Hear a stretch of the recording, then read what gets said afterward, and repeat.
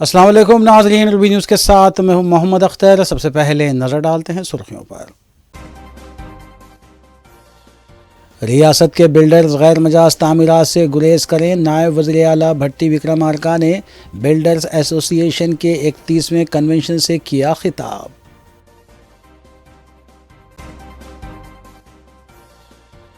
रेवंत रेड्डी के गुरु ने भी बीआरएस को दफन करने की कोशिश की थी लेकिन नाकाम रहे। सिलसिला में पार्टी वर्कर से खिताब के दौरान कारगुजार सदर केटीआर ने वज़ीर आला की तनकीद का दिया जवाब।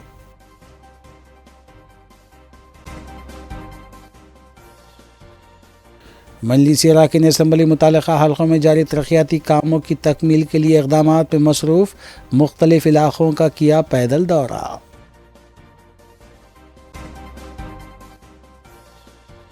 वादी साले हिंद फेज़ 2 में बर्मा के मुतवत्तिन पर हमला करते हुए कत्ल कर दिया गया। बालापुर पुलिस मसरूफ़ तहक़ीक़ात।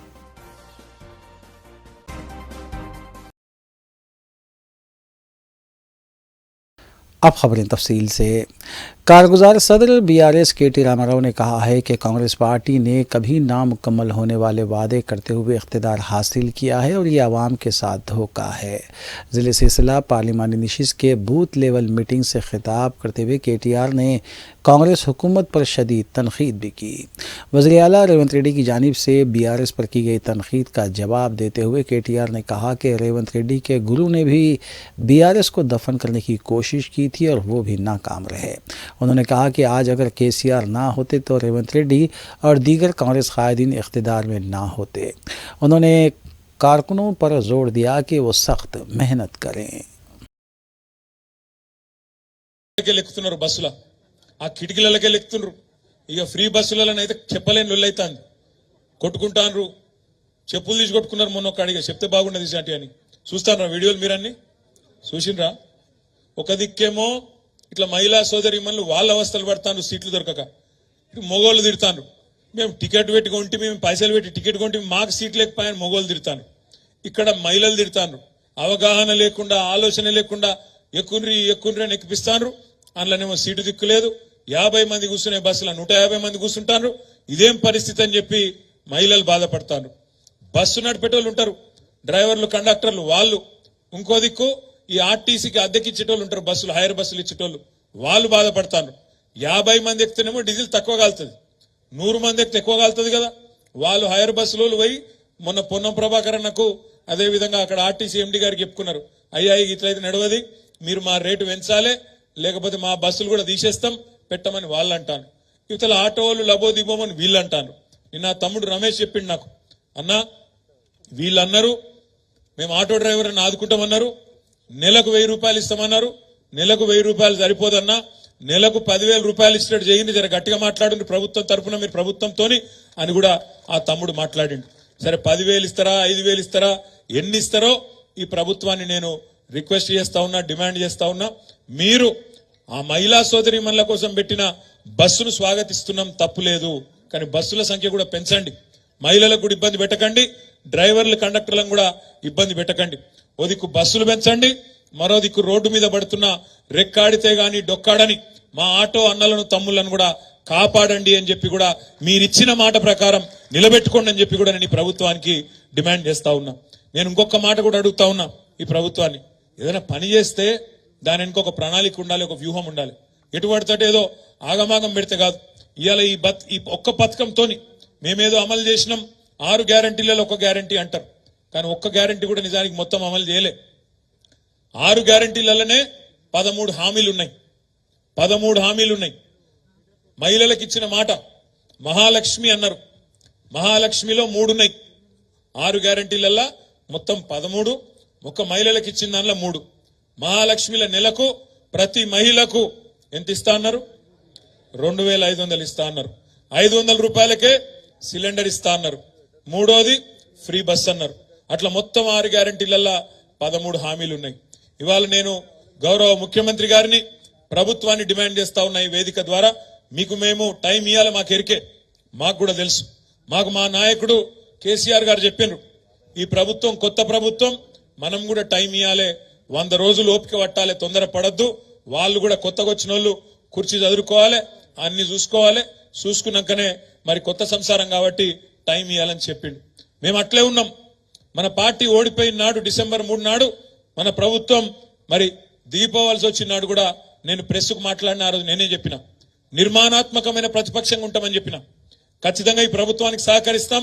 మాకు తెలంగాణ ముఖ్యం, తెలంగాణ ప్రయోజనాలు ముఖ్యం కాబట్టి తప్పకుండా ప్రజల పక్షాన నిలబడతాం. నిన్న మొన్నటిదాకా ప్రజలు మాకు 2 సార్లు అధికారం ఇచ్చినారు. వాళ్లకు సర్వదా రుణపడి ఉంటాం, ఎప్పటికీ రుణపడి ఉంటాం.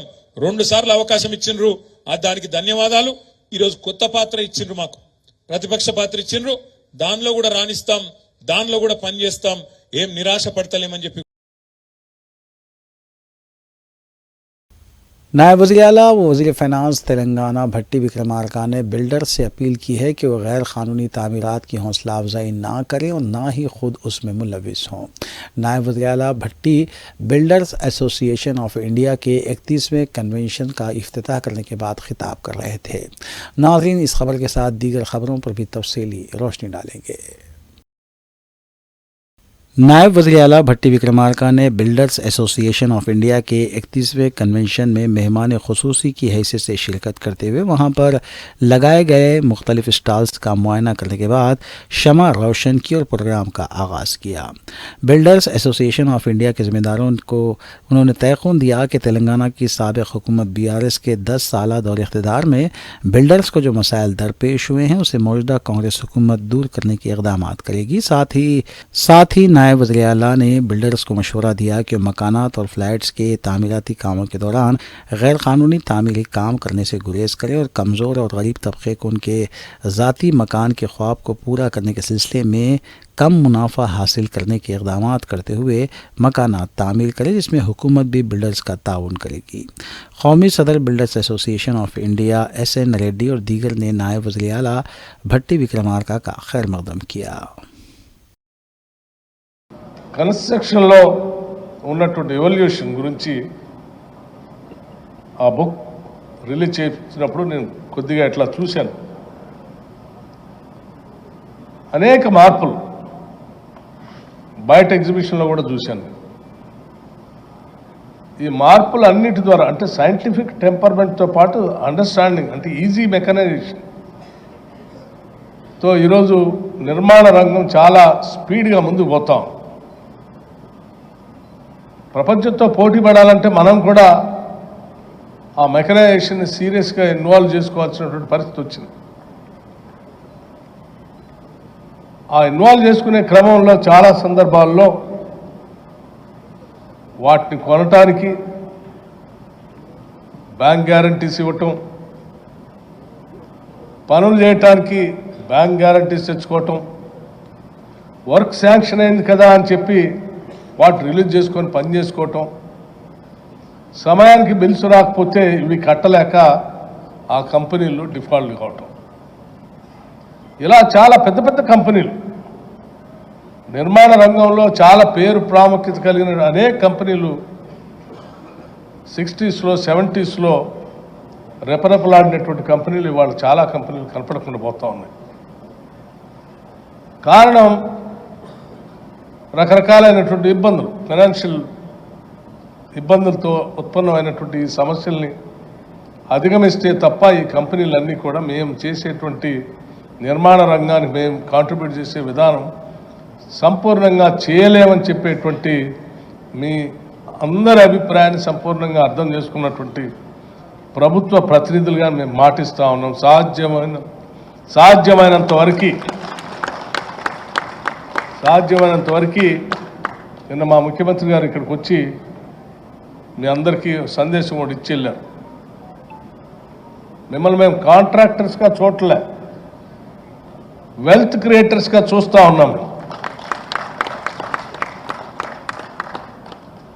ప్రభుత్వ పరంగా ఉన్నటువంటి వ్యవస్థల ద్వారా చేసే పనులు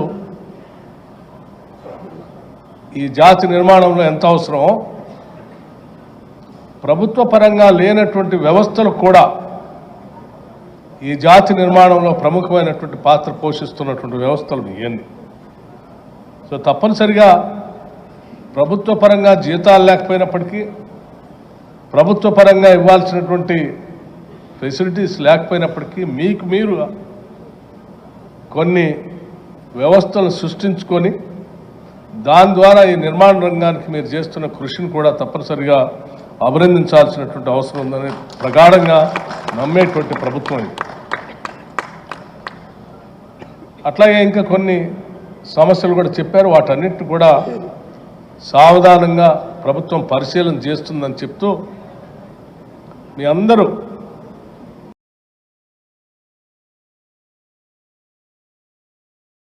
इंचार्ज रियासत तेलंगाना कांग्रेस दीपा दास मुंशी आने वाले पार्लिमानी इंतखाबात के सिलसिले में पार्टी उम्मीदवारों के नामों को खतियत देने के तहत पार्टी के सीनियर कायदीन से मुसलसल तबादले ख्याल करने के अलावा सुनील गंगोली की सर्वे रिपोर्ट का जायजा ले रही हैं। ज़राए के मुताबिक कांग्रेस पार्टी हैदराबाद पार्लिमानी नशिस्त पर फिरोज़ खान और मोहम्मद अजहरुद्दीन के नामों पर गौर करने के अलावा इंडिया इत्तेहाद के तहत एमबीटी कायद अमजदुल्ला खालिद के नाम का भी जायजा ले रही है। इसके अलावा सिकंदराबाद पार्लिमानी हल्के से साबिक वज़ीर कोदंडा रेड्डी और नौजवान कांग्रेस कायद रोहित रेड्डी, अनिल कुमार यादव में से किसी एक को टिकट देने का भी जायजा लेने के अलावा खम्मम पार्लिमानी हल्के से हनुमंत राव, रेणुका चौधरी के नाम ज़ेर गौर हैं। तो ज़िले नलगुंडे से सीनियर कांग्रेस कायद जाना रेड्डी, मल्काजगिरी पार्लिमानी हल्के से एम हनुमंत राव, जहीराबाद से सुरेश के नामों को खतियत देने की इत्तलात मिली हैं।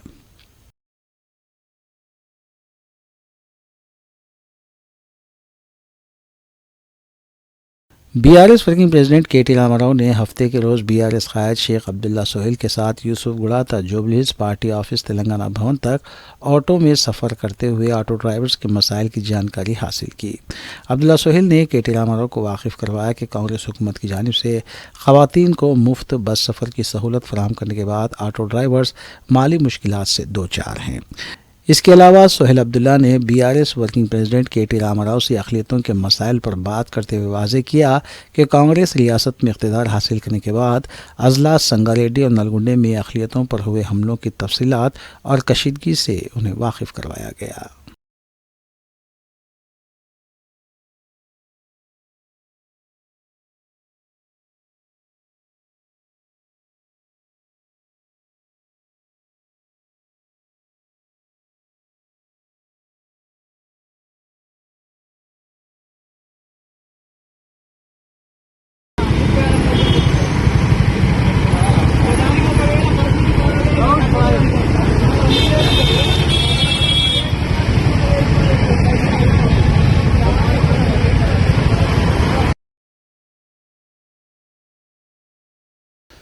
कुल हिंद मजलिस इत्तेहादुल मुस्लिमीन की अरकान असम्बली मुताल्लिक़ा हल्क़ों में जारी तरक्याती कामों की तकमील के सिलसिले में इक़दामात में मसरूफ़ है। इस सिलसिले के तहत मजलिसी रुकन असम्बली हल्क़े कारवान कौसर मुहिउद्दीन ने हकीमपेट, मेराज कॉलोनी और अतराफ़ व अकनाफ़ में जारी VDCC रोड के कामों का तफसीली मुआयना किया और अहदेदारों से इसकी पेशरफ्त के बारे में मालूमात भी हासिल की। उन्होंने अहदेदारों को हिदायत भी दी कि जल्द अज जल्द कामों की तकमील को यकीनी बनाया जाए। इस मौके पर उनके हमरा इब्तिदाई सुदूर व मोतमदीन और सरगर्म मजलिसी कारकुनान भी मौजूद थे।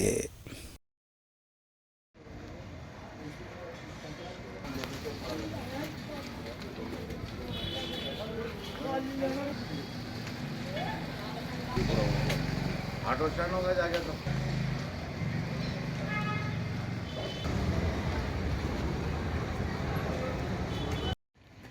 रेस्टोरेंट लेके अली जरिए पूरा सो इसके बाद में कटिंग डाला ना आपके पास ही आने अरे वाले अरे तो गली का रोड का काम करते हुए किसी साथ कुछ नहीं हुआ हो जाता बोले नहीं हुआ था काम। मिला देता हो जाता मंडी के दिन आ रहा हूँ मैं, मंडी के दिन आ रहा हूँ, कर देता काम मैं आ रहा हूँ मंडी के दिन आ रहा हूँ। मैं खुद आ गया किया आपको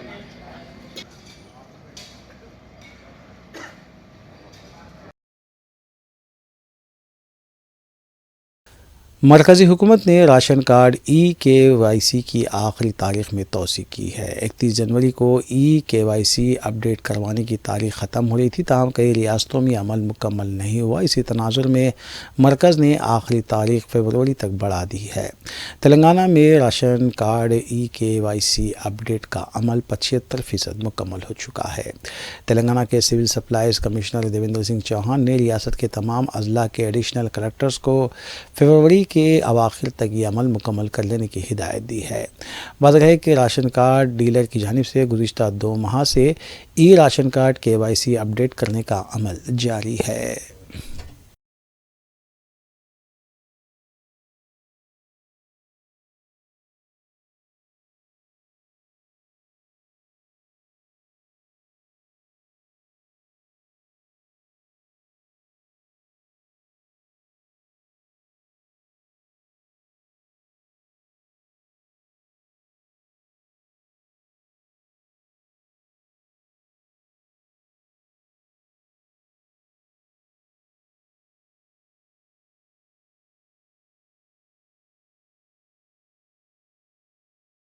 तेलंगाना हुकूमत की जानिब से गाड़ियों के चालानात पर भारी डिस्काउंट की तारीख में मज़ीद तोसी का इम्कान नहीं है।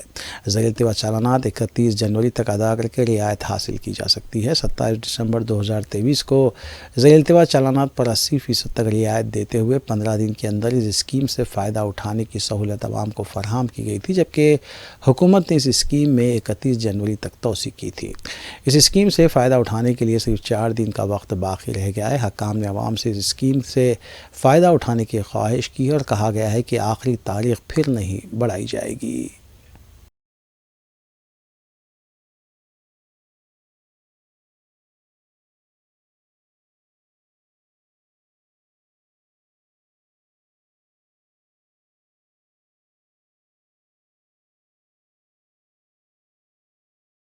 हैदराबाद में दोहरे कत्ल की सनसनीखेज वारदात पेश आई। पुलिस ने कहा है कि मलारदेवपल्ली बाबुल रेड्डी नगर से ताल्लुक़ रखने वाला लक्ष्मी नारायण नामी शख्स आदि शराबी बताया गया है। शराब के नशे में अपनी बीवी और बच्चों को हिरासा किया करता था। आज लक्ष्मी नारायण का अपनी बीवी से झगड़ा हुआ। इसी दौरान उसका बेटा राकेश वहां पहुंचा और उसने बरहमी के आलम में अपने बाप पर आहानी सलाख से हमला कर दिया। बीच बचाव के लिए लक्ष्मी नारायण का एक करीबी रिश्तेदार श्रीनिवास आया, जिस पर बरहम राकेश ने उस पर भी हमला कर दिया। कातलाना हमले में लक्ष्मी नारायण और श्रीनिवास दोनों की मौके पर ही मौत हो गई। पुलिस ने सिलसिले में केस दर्ज करके छानबीन शुरू कर दी है। कत्ल की वजह हिरासानी और रकम के लिए परेशान करना बताई गई है।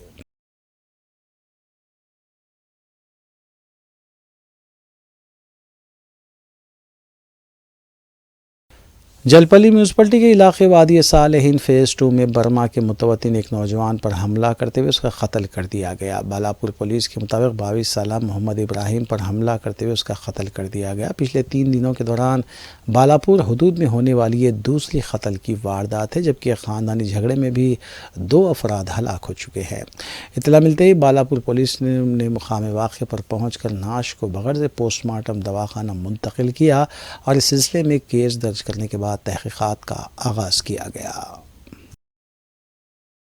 अभी 2 महीने के बाद फिर आते संभल के हम लोग रात में आते आते डरते आते आते लोगों से कितने जनों से पैसा खींचा। बेचारा देखो मेहनत करके आते आते गाड़ी में से उतरते उतरते उसको चाकू मारते। उसके क्या कसूर है? 2000 पूछा, उन्हें बोल रहा मेरे बच्चों को बीमार है, 700 रुपया है। 2000 कहाँ से बोलते उसको चाकू मारना शुरू करते। ये कोई इंसाफ है? अभी मेरा नाम मोहम्मद नूर है। अभी जो हादसा हुआ है, अपना भाई है, चाचा का लड़का है। मैं यहाँ बाजू ग्रीन सिटी न्यू भवानगर कैंप पे रहता हूँ, कैंप लीडर हूँ मैं। इससे पहले बहुत हादसा हुआ। कुछ लोगों आने जाने में पैसा छीन ले रहा। हम लोग बोले तो उल्टा डराते उन्होंने वहाँ कैंप में जाके। वो मोहम्मद आसिफ बोल के जो रोड शीटर है, उन्होंने उसके साथ और 5-6 आदमी है, पूरा साथ जाके चुबड़ी जला देते बोल के डर से हम लोग किसी को कुछ भी नहीं बताया। आज भी ये बच्चा जो आ रहा है काम से आया, 2000 रुपया दियो पीने के वास्ते, 700 रुपया सुबह से काम करके मिला। ये है दवा करना है बच्चों को बोलते, उन्होंने जबरदस्ती करे, चाकू मार दिया। उन्होंने भाग के जाते। क्या नाम है जिसको चाकू मारा मोहम्मद इब्राहिम है। उन्होंने बर्मा के अपने भाई है, बर्मा के। हम लोग यहाँ पे इधर ये रूम पे रहते हो, वादी सालन में, ग्रीन सिटी वादी सालन में रहते यहाँ पे। फिर अभी जो हादसा हुआ उसका छोटा बच्चा है, बीवी है। कितने बच्चे? एक 21 बच्चा है, छोटा 2 महीना का बच्चा है। उसका बीवी का भी कोई भी नहीं है। हम लोग आजू बाजू वाला है। हम लोग यहाँ का गवर्नमेंट से ये अपील कर रहा हूँ, सख्त से सख्त ये हम बर्मा की है, हमारे आगे पीछे कोई भी नहीं है। पुलिस हम में लोग कंप्लेन करते ये नौबत होते बोल के बहुत डर आते, उधर जाते इधर जाते। हमारे को आने जाने में ये एक ही रूट है, आने जाने में फिर परेशानी होता बोल के हम लोग का बहुत दिन सफर किया।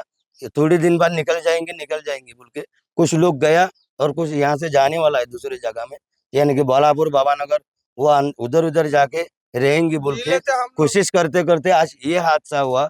उसको क्या है 2 महीना 1.5 महीना जितना भी मार्डर करने दो, 2 महीना 3 महीना के बाद आके फिर शुरू करते। हमारे को भी यही डर से हम लोग कुछ भी नहीं करे। आप लोग का क्या है, कैसा भी कोशिश करके ये बेल नहीं होने का जैसा काम करो, कार्रवाई करो।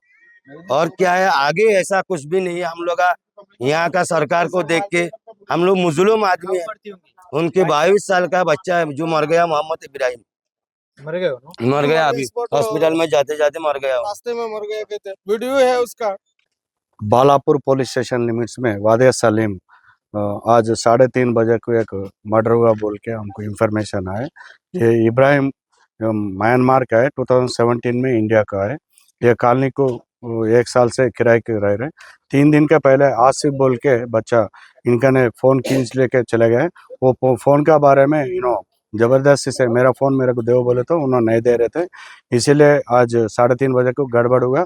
इब्राहिम और उनका दोस्त मोहम्मद काइम दोनों मिलके उनको चाकू से मार डाले। उनको वो हॉस्पिटल को शिफ्ट करे तो उस्मानिया में अंडरगोइंग ट्रीटमेंट में मर गए उन्होंने। इसके ऊपर हम लोग केस बुक करके इन्वेस्टिगेशन कर रहे, स्पेशल टीम फॉर्म करे, उनको कैसे भी दोनों को पकड़ लेता हूँ और रिमांड कर देता हूँ। आसिफ के ऊपर पहले भी केसेस है?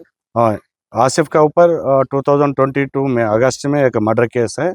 उन्होंने आसिफ नगर में रहने वाला है। हाँ, इन्फॉर्मेशन आ गया, हम लोग कैसे भी पकड़ देते हैं उनको। हम लोग तो फुट पेट्रोलिंग कर रहे, BC को भिजा रहा हूँ, पेट्रोलिंग को कार में भिजा रहा हूँ, कोई भी नहीं बोल रहे। इसका पहले 3 दिन का पहले फोन खींच ले बोले, उन लोग इन्फॉर्मेशन भी नहीं दिए। हम लोगों को इन्फॉर्मेशन दिए तो बराबर एक्शन लेते उनको। खलीजी मुल्क में चलाए जाने वाले इंडियन स्कूल्स CBSE बोर्ड के तहत काम करते हैं और इनमें हर साल मुख्तलिफ जायदादों पर भर्ती की जाती है। इस सिलसिले के तहत सल्तनत ओमान में वाक़ इंडियन स्कूल मस्कत और इंडियन स्कूल बौशर में PGT, TGT और PRT असातिज़ा के अलावा दीगर जायदादों जैसे कैरियर काउंसलर्स, स्पेशल एजुकेटर्स पर भर्ती की जा रही है। एलामिया के मुताबिक उम्मीदवारों की उम्र अंदरून 45 साल होनी ज़रूरी है, जबकि दरख्वास्त देने की आखिरी तारीख़ 31 जनवरी मुकर्रर है।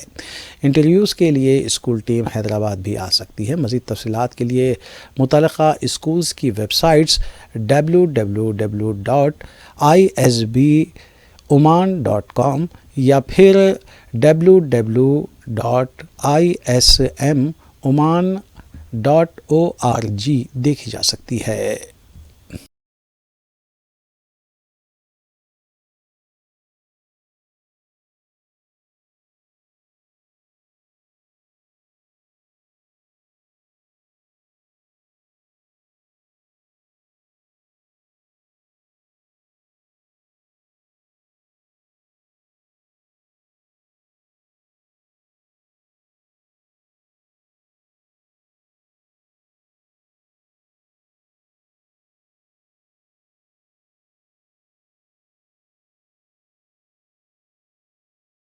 International journalist fraternity forum IJFF का सालाना लेक्चर बउनवान हिंदुस्तान और तुर्की में मौजूदा सहाफ़त का तक़ाबुली जायज़े का इनेक़ाद हफ्ते को मीडिया प्लस ऑडिटोरियम में किया गया।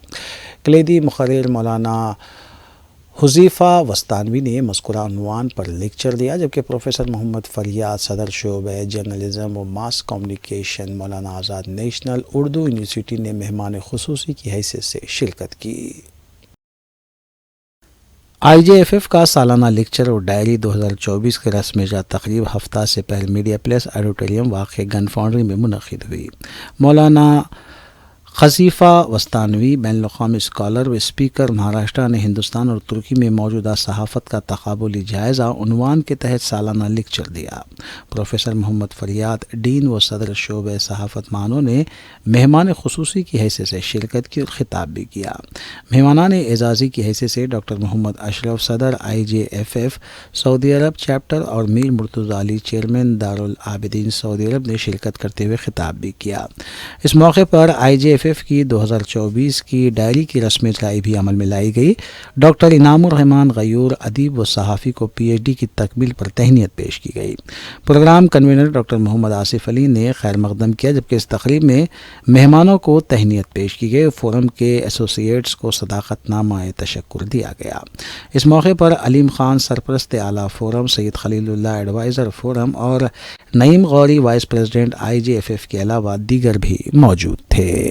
इस तकरीब में सीनियर जर्नलिस्ट M.A. माजिद ने भी खुसूसी तौर पर शिरकत की।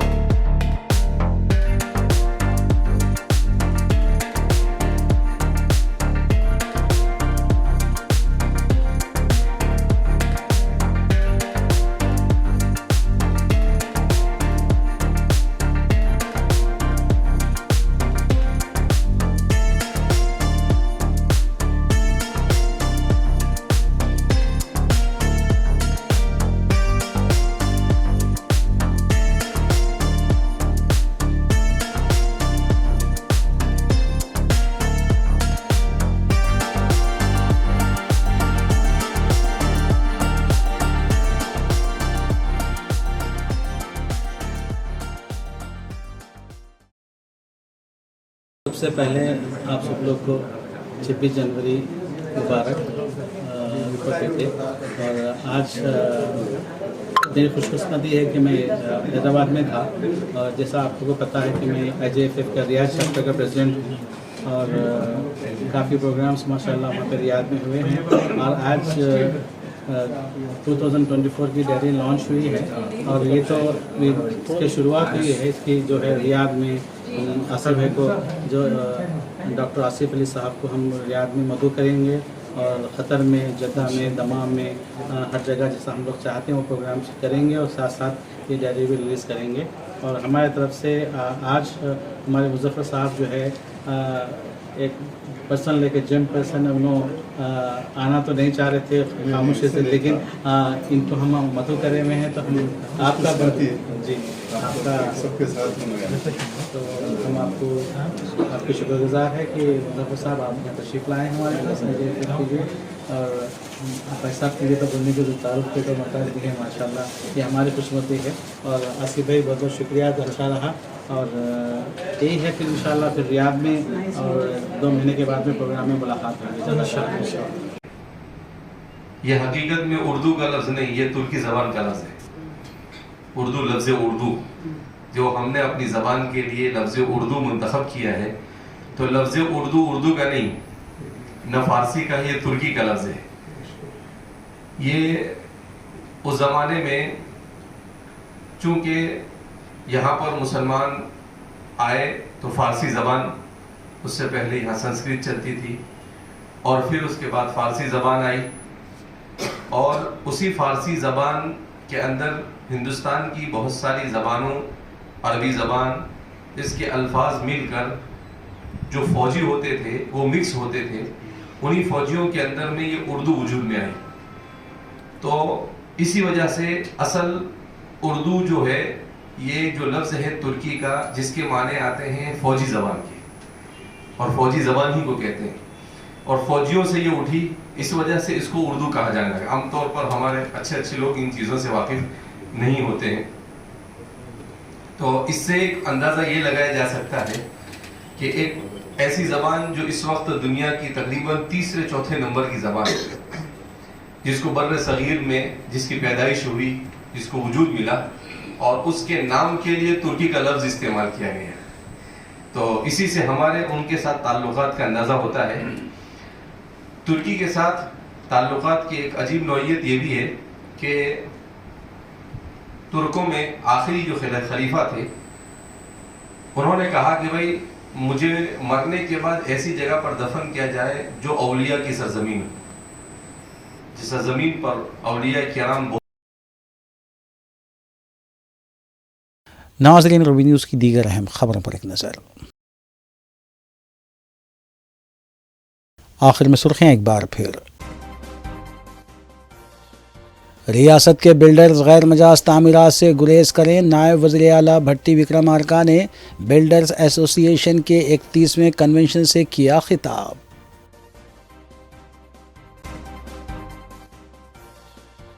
रेवंत रेड्डी के गुरु ने भी बीआरएस को दफन करने की कोशिश की थी लेकिन नाकाम रहे। सिलसिला में पार्टी वर्कर से खिताब के दौरान कारगुजार सदर केटीआर ने वज़ीर आला की तनकीद का दिया जवाब।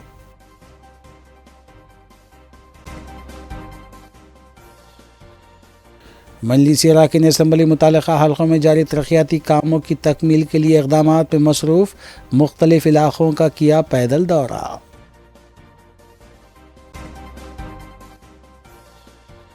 वादी साले हिंद फ़ेज़ 2 में बर्मा के मुतवत्तिन पर हमला करते हुए कत्ल कर दिया गया, बालापुर पुलिस मसरूफ़ तहक़ीक़ात।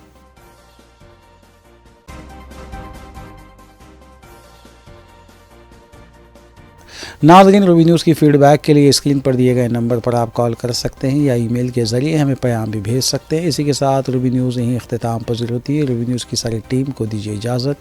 अल्लाह हाफ़िज़।